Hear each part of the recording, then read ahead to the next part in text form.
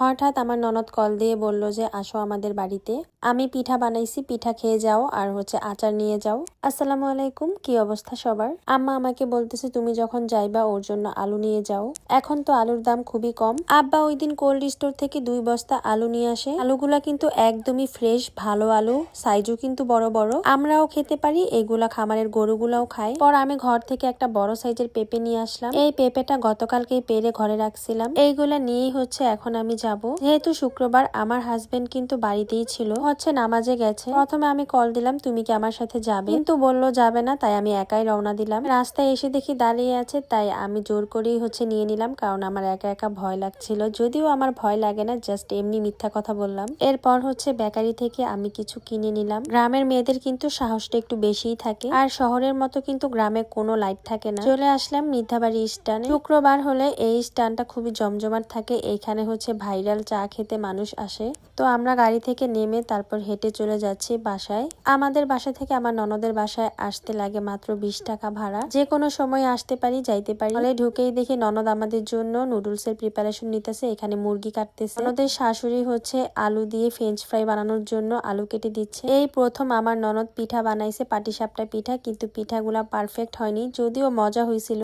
পাটিসাপটার ভিতরের খিরসাটা একটু পাতলা হয়ে গিয়েছিল। পিঠা এনে আমি আমার হাজবেন্ডকে খেতে দিলাম। দেখেন কি অবস্থা হইলো। প্রথম প্রথম বানাইছে, যার জন্য এইরকম হয়েছে। যাই হোক, এখানে আমার ননদ নুডলস এর জন্য প্রিপারেশন নিয়ে ফেলছে। তো এখানে ডিম ভাজতেছে, সাথে চিকেনটাও ভেজে নিল। একসাথে হইলে কিন্তু আমরা সবসময় এইরকমই করি, রান্না করি, খাওয়া দাওয়া করি, আড্ডা দেই। এই যে যেমন আমি হুট করেই চলে আসছি, তেমন আমি যদি আমার ননদকে ফোন দিয়ে বলি যে আসো, একটা জিনিস বানাবো বা কিছু রান্না বান্না হবে, তাহলে ও কিন্তু চলে যায়। এখানে ভেজিটেবল গুলো সিদ্ধ করে রাখছে। শীতের দিনে সবজি, তারপর চিকেন, ডিম দিয়ে এইভাবে নুডলস রান্না করলে কিন্তু খুবই ভালো লাগে। তো এখানে ফ্রেঞ্চ ফ্রাই এর জন্য আলু কেটে দিলাম আমি। এই যে দেখেন কালারটা কতটা ইয়াম্মি হয়েছে, অনেক মজা হয়েছিল এই নুডলসটা। আমি আমার ননদের এই আইটেম গুলা খুবই পছন্দ করি। ও এই ফাস্টফুড আইটেম গুলা খুবই ভালো বানায়। তারপর এখানে ফ্রেঞ্চ ফ্রাই এর মধ্যে গোলমরিচ, তারপর কর্নফ্লাওয়ার দিয়ে সুন্দর করে ভেজে নিচ্ছিল।